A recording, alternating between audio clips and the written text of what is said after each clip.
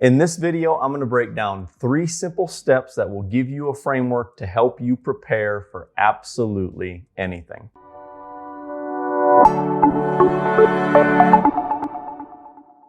I received some great feedback this weekend about how the videos that I've been putting out on this channel not only apply to just athletes and performers, but they also apply to just about everybody.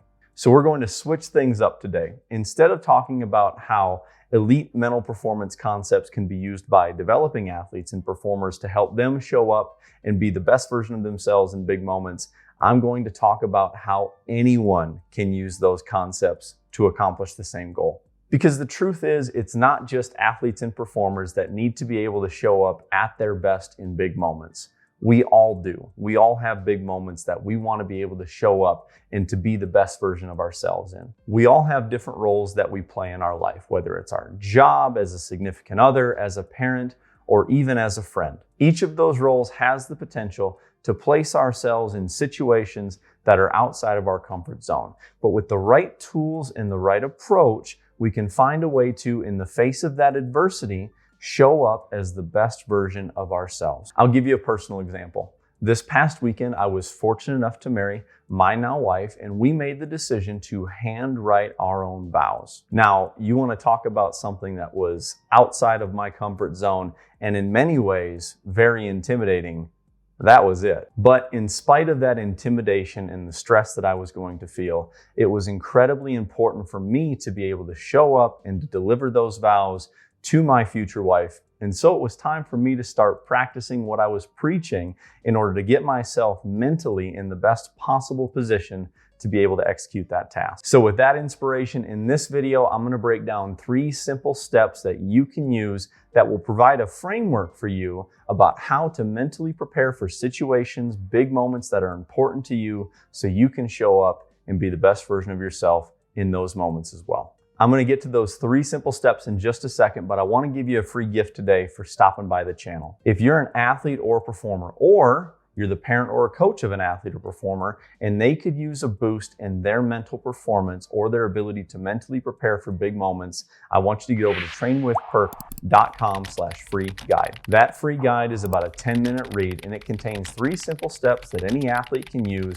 to help them better mentally prepare for their next big moment. Again, that's trainwithperk.com/free guide. All right, step number 1 is to identify what it looks like for you to be at your best. This is the first thing that I do with every single one of my one-on-one clients. And honestly, this is the most important part of any process when it comes to mental training, mental performance, or in this case, mental preparation. Every single person has a mental state and a physical state that if they're able to achieve, they will find themselves in the best possible position to have success on that day. Now, a mental state is really made up of 2 things: how the mind feels, so attitude, level of optimism, confidence, mood, as well as what the mind can do. How well can we process information? Where are we placing our focus? How well are we making decisions, and how quickly are we finding our way to those decisions? Now, within that mental state,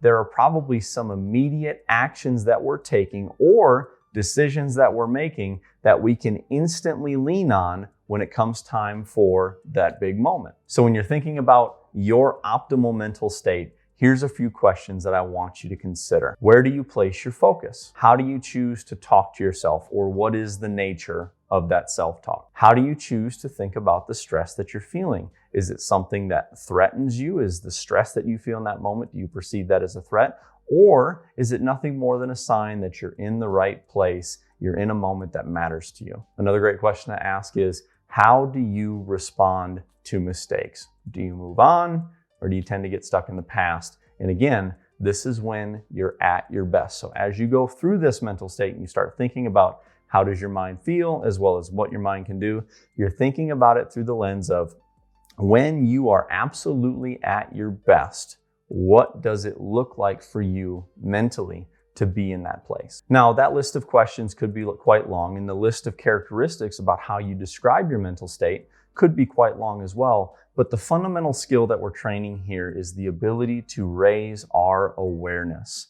One of the things that I tell every single client is that it does no good for me to understand them and what's going on at a deep level. They need to be able to understand what's going on, and they need to be able to understand themselves, because the line that I always use is, if you're an athlete or a performer or really anybody, nobody should understand you more than you do. Oh, by the way, in that free guide that I mentioned earlier, I take you through step by step exactly how to go about figuring this out, exactly how to go about figuring out what it looks like for you to be at your best. It's all right there. That's legitimately step one in that free guide. All right, step number 2 is to identify what barriers get in the way of you being able to be the best version of yourself. Now, this is a bit of an intimidating step because you have to be able to go back to times where you struggled, to times where you weren't the best version of yourself, and you need to become aware of those situations,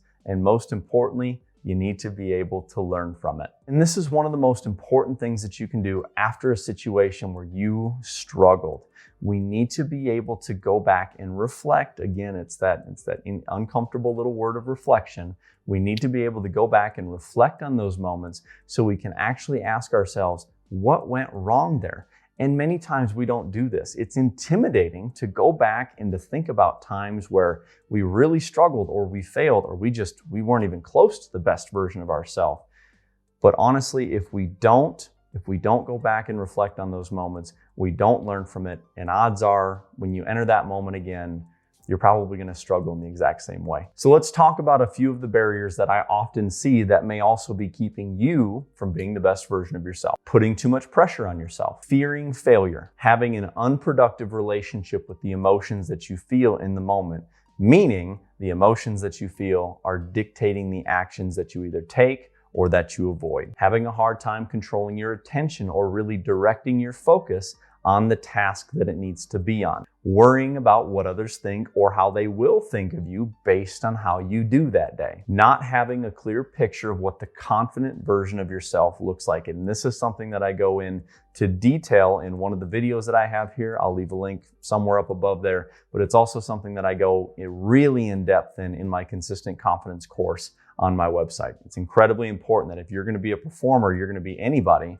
going into a situation where you need to be at your best, you need to identify what does the confident version of you look like. And again, this list could get quite long, but what's most important for you is to be able to identify 1 or 2 things that are probably the most common barrier for you, because that's probably honestly all it is. For every single individual that I work with, it's generally 1 or 2 of those things that we need to be able to work through. But again, we're not going to be able to work through them unless you've been able to identify what's going on. If you are able to figure out what the 1 or 2 biggest barriers to you being the best version of yourself is, that's fantastic. We can then move on to step number 3. Step number 3 is to install some tools to overcome those barriers. And this is a really important point to make, because it's only at this point, when you've identified what the best version of yourself looks like, and you've also been able to become very aware of what some of the barriers are that keep you from being this version of yourself, only then do we start talking about any specific tool or mindset or mental skills training. One of the most common mistakes that I see in not just athletes and performers, but people in general, is that we love mental skills. We love words like visualization and breathing and mindfulness and meditation techniques. But those exercises, while they're absolutely a part of the process, they can never be where we start. We don't start with what tools we're going to use, because they're just tools. And I've said this on this channel before, and I'll say it again. Mental skills are not the foundation of strong mental performance, because a tool, including a mental tool, is only as good and it's only going to be as effective as the intent that you put behind that tool. Let me say that another way.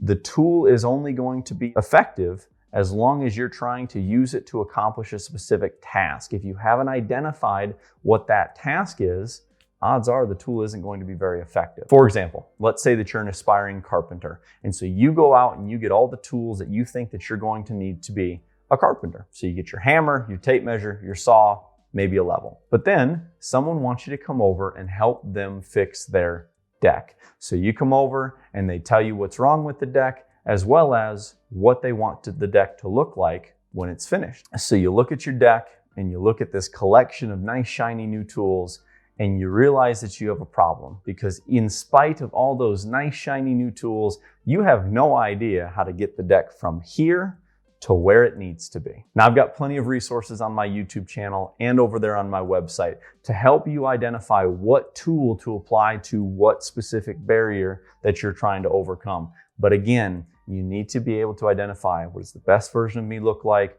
what's the barrier that's getting in the way, and then at that point you can seek out the tool that you need. And I've got content coming out on this channel every single week, and so if there's a tool that you need specific help with, definitely leave me a comment in the comment section and I will absolutely get a video made for you. But there you have it. There is a super simple 3-step framework to help you prepare for absolutely anything. If you have any questions or you want to go deeper on some of these concepts, definitely get over there to my website, trainwithpert.com, go to the contact page and reach out to me. I'll leave a link to that below. If you enjoyed the video, make sure to give it a thumbs up. If you're new here, subscribe to the channel. And if you haven't already, make sure that you get over there, trainwithpert.com/free guide to get that 100% free guide to get you started on your mental training journey. I'll see you next week.